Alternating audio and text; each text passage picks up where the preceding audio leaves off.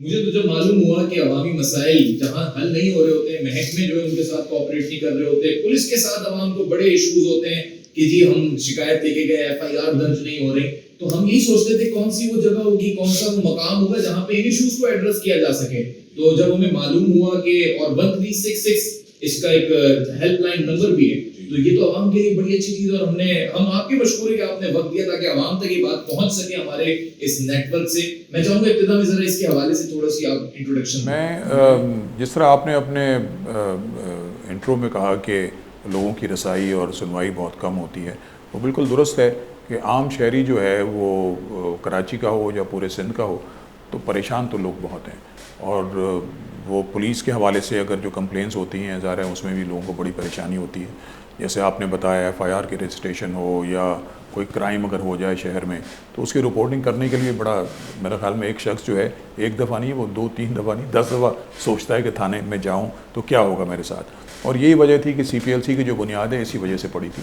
मगर मैं अभी भी समझता हूँ कि पूरे सिंध में जो है उसकी रसाई नहीं है प्रॉपर तरीके से, और कराची में भी है ज़रूर, मगर इतनी पॉपुलेशन बढ़ गई है कि आम आदमी जो है अब भी जो है वो क्राइम के हवाले से बहुत सारी चीज़ें ऐसी होती हैं, थाने के हवाले से वो परेशान होता है। बिल्कुल। एक आम आदमी का जो बुनियादी मसला है कि वो किसी भी सरकारी महकमे में जाता है, उसको वहाँ से जी जी रिस्पॉन्स जी नहीं जी, मिल रहा होता, फिर पुलिस भी है, हर तरीके के महकमे में हर तरीके के महकमे।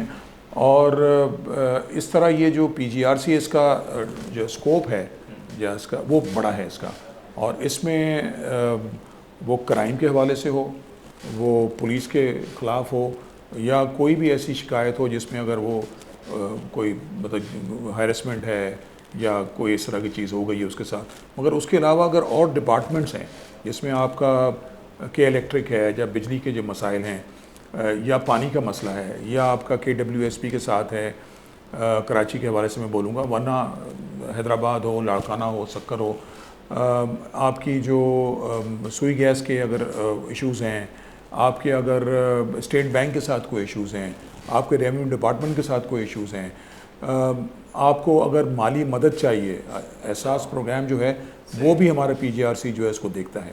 तो यहाँ पर हमारे पास अगर ऐसी कंप्लेन भी आ जाती है कि उसको अगर कोई माली मदद चाहिए तो हम एहसास प्रोग्राम को फॉरवर्ड करते हैं, और वो हमारी तरफ से जब जाता है तो ज़ाहिर है उसको वो प्रॉपर तरीके से उसको एड्रेस करते हैं। वहाँ भी काम बहुत अच्छा हो रहा है। मगर ये वाला प्लेटफॉर्म ऐसा है कि इसमें गवर्नमेंट के तकरीबन 24 डिपार्टमेंट हैं जो हमारे साथ लिंक्ड हैं। उनके फोकल पर्सनस हैं जो हमारे पास रेगुलर, हम हर 15 दिन के बाद उनके साथ एक मीटिंग करते हैं कि हमारी तरफ से जो शिकायत हमारे पास आती हैं वो उनके पास हम फॉरवर्ड करते हैं। विदिन 15 डेज़ वहाँ से हमें जवाब आना चाहिए। अगर नहीं आता तो वो हमारे पास आते हैं, फिर हमें वो बताते हैं कि इसमें ये प्रॉब्लम है, ये मुश्किलात हैं, फिर उसको डेफिनेटली हम उस तरह बैठ के फिर दोबारा उसको फॉलोअप करते हैं।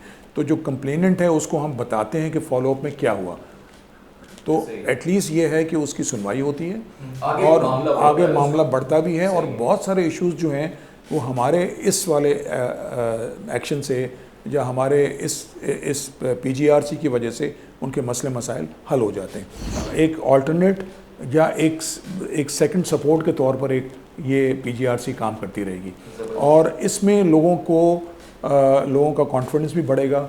और मैं ये समझता हूँ कि ये एक बहुत ज़बरदस्त इनिशिएटिव है। जिस तरह के लोग परेशान हैं और ये जो पीजीआरसी गवर्नर हाउस के अंदर मौजूद है, तो ये इसकी बहुत एक इम्पॉर्टेंस है जिसमें लोगों को बहुत हेल्प मिलेगी। और इसको हमने इसको पूरे को रीवैम्प कह लें या इसको हमने पूरा रीऑर्गेनाइज़ किया है, और हम कोशिश कर रहे हैं कि इसको हम मज़ीद आगे लेके जाएं।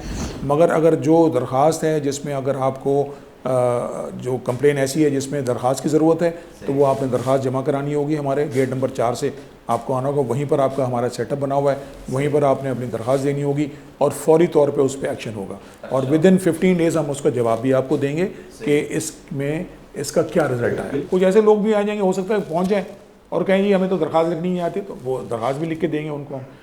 तो अगर हमारे एंड तक कोई पहुँच गया, दरख्वास्त की शक्ल में आ गया या वैसे भी आ गया, तो हमारी पूरी कोशिश होगी कि उसकी मदद करें। पुलिस के हवाले से होगा, पुलिस का करेंगे, बिजली के हवाले से मसला होगा, करेंगे। सिर्फ कराची नहीं, पूरा सिंध। ये बार बार मैं रिपीट कराना चाहता हूँ कि ये सिर्फ पीजीआरसी कराची के लिए नहीं है, पूरे सिंध के लिए है। तो यहाँ अगर लाड़काना से कोई आएगी कंप्लेन, हैदराबाद से कोई कंप्लेन आएगी, सक्कर से कोई कंप्लेन आएगी, नवाबशाह से आएगी, कहीं से भी आएगी, कोई कच्चे इलाकों से आएगी, गोठों से आएगी, हमने उसको एड्रेस करना है। तो वो गैस का मसला होगा, बिजली का मसला होगा, पानी का मसला होगा, सेवरेज का मसला होगा, गार्बेज का मसला होगा, इंक्रोचमेंट का मसला होगा, गैस का मसला होगा, नादरा का मसला होगा, जैसे मैंने कहा कि एहसास प्रोग्राम का कोई मसला होगा, उसने एप्लीकेशन तो उसको रिस्पॉन्ड नहीं आया। तो ये सारे डिपार्टमेंट्स हैं, जैसे मैंने कहा 24 डिपार्टमेंट्स हैं।